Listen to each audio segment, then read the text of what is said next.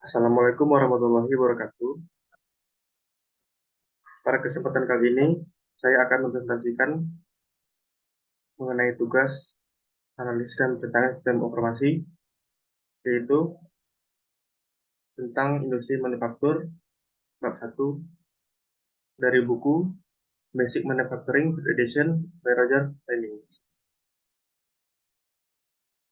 Jadi, industri manufaktur dapat didefinisikan sebagai konversi bahan mentah menjadi barang berguna dengan cara kerja fisik atau penggunaan mesin yang digerakkan oleh tenaga. Manufaktur adalah kegiatan komersial dan ada untuk dua tujuan, yaitu untuk menciptakan kekayaan, kemudian untuk memenuhi satu permintaan. Industri kimia, manufaktur kimia mencakup berbagai kegiatan yang berbeda, dimulai dengan pembuatan bahan kimia dasar dari bahan baku, bahan kimia organik terdiri dari senyawa karbon kompleks. Bahan kimia anorganik adalah semua zat yang tidak didasarkan pada senyawa rantai karbon kompleks. Kemudian adalah teknik listrik dan elektronika. Teknik elektro berkaitan dengan perangkat arus besar yang digunakan dalam pembangkit listrik dan transmisi, dan dalam mengkonsumsi perangkat seperti motor, pemanas, dan penerangan. Teknik elektronik berkaitan dengan perangkat arus yang relatif kecil, seperti komputer, telekomunikasi, dan alat bantu navigasi dan sistem kontrol.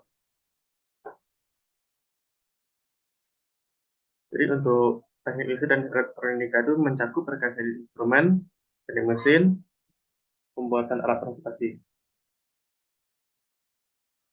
Selanjutnya adalah industri makanan. Industri makanan itu antara contohnya adalah produk roti, produk kembang gula, produk susu, makanan olahan, seperti buah, sayur, sereal, kemudian ada seperti daging, unggas, ikan, makanan olahan, adalah makanan olahan yang diawetkan, dan aneka produk makanan. Selanjutnya adalah industri minuman. Industri minuman itu terdiri dari minuman soft drink dan alcohol drink. Soft drink itu terdiri dari mineral water, fruit drink, squash, carbonate fizzy. Adalah alkohol terdiri dari beberapa zat yang ditampilkan. Selanjutnya industri tembakau. Industri tembakau padat modal karena tingginya tingkat otomatisasi yang terlibat, terutama dalam pembuatan rokok langsam. Sifat industri yang padat modal membuatnya dikendalikan oleh 4 perusahaan besar bersama dengan sejumlah perusahaan kecil yang membuat produk khusus untuk perokok yang lebih kaya. Selanjutnya pembuatan kertas dan papan. Sektor industri manufaktur ini memproduksi kertas untuk koran dan buku, kertas tulis, kertas membungkus, dan kemasan tisu toilet, serta kertas dapur dan tisu. Pencetakan dan penerbitan. Sektor pencetakan dan penerbitan tidak hanya menghasilkan surat kabar, majalah, dan buku, tetapi juga alat tulis, dokumen resmi, kartu ucapan, uang kertas, dan perangko. Industri pencetakan telah melihat perubahan yang luar biasa selama beberapa tahun terakhir. Dengan komputerisasi menghilangkan banyak perdagangan pencetakan yang terakhir. Tekstil pakaian dan alas kaki. Tekstil dibuat dengan cara memintal wool dan bulu biasa, atau serat yang diperoleh dari tumbuhan. Jadi benang yang kemudian diwarnai dan ditanam menjadi tekstil. Contoh dari produk tekstil yaitu wool, linen, kapas, serat, serat esteris, pembuatan karpet, pembuatan goni. Pada industri pakaian, pakaian dipotong dengan dikendalikan secara manual atau dikendalikan komputer. Mesin geser yang digerakkan dari sumber daya kemudian dibuat pada mesin jahit yang digerakkan oleh tenaga dan yang berpotensi menjauh lebih cepat, dan pakaian dibas dan dikemas. Hulu sebagian besar telah digantikan oleh bahan sintetis dan komposit.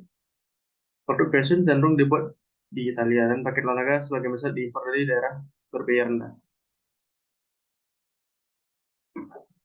Kemudian adalah pentingnya sektor manufaktur, terutama bagian perekonomian. Di Inggris ini berdasarkan buku yang dicantumkan. Dua istilah keuangan yang mungkin pernah Anda lihat digunakan di surat kabar dan televisi adalah, yang pertama itulah produk domestik bruto (PDB). Ini adalah nilai total dari semua output yang dihasilkan di dalam perbatasan Inggris. Jadi PDB didefinisikan sebagai nilai output dari semua sumber daya yang terletak dalam perbatasan Inggris dimanapun pemiliknya berdaya hidup. Jadi cabang Inggris dari perusahaan multinasional yang berbasis di luar negeri berkontribusi terhadap PDB. Kemudian adalah produk nasional bruto atau GNP. Ini adalah nilai total semua barang dan jasa yang dihasilkan oleh perusahaan yang dimiliki oleh penduduk Inggris dan lembaga keuangan Inggris. Untuk contoh kekayaan yang dihitung oleh cabang luar negeri dari perusahaan yang berbasis Inggris akan dibentukkan secara GNP. GDP didefinisikan sebagai nilai dari total output dari semua sumber daya yang dimiliki oleh warga Inggris, dimanapun sumber daya itu sendiri mungkin terletak. Kemudian adalah neraca perdagangan.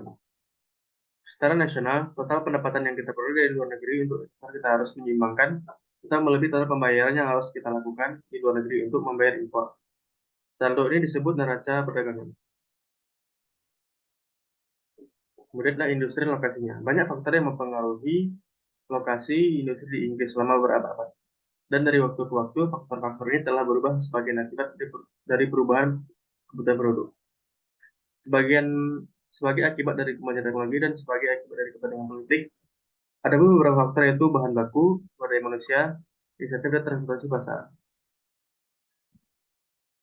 Adalah ini tahap utama produksi. Contohnya adalah sumber dan pegadaian. Sumber adalah menemukan sumber bahan baku yang cocok untuk manufaktur suatu proses.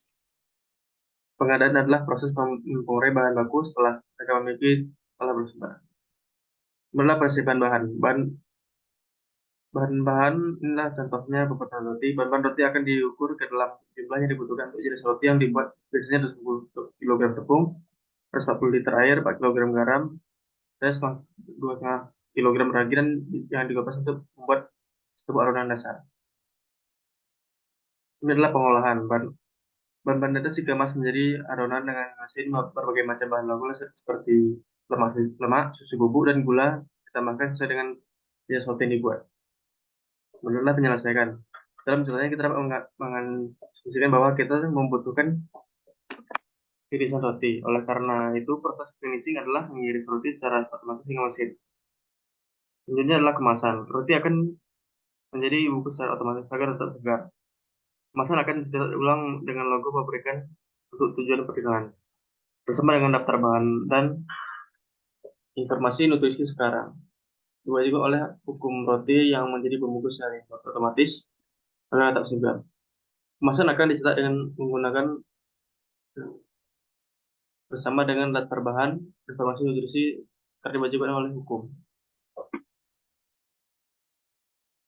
Ini adalah tahapan utama produksi yang secara umum.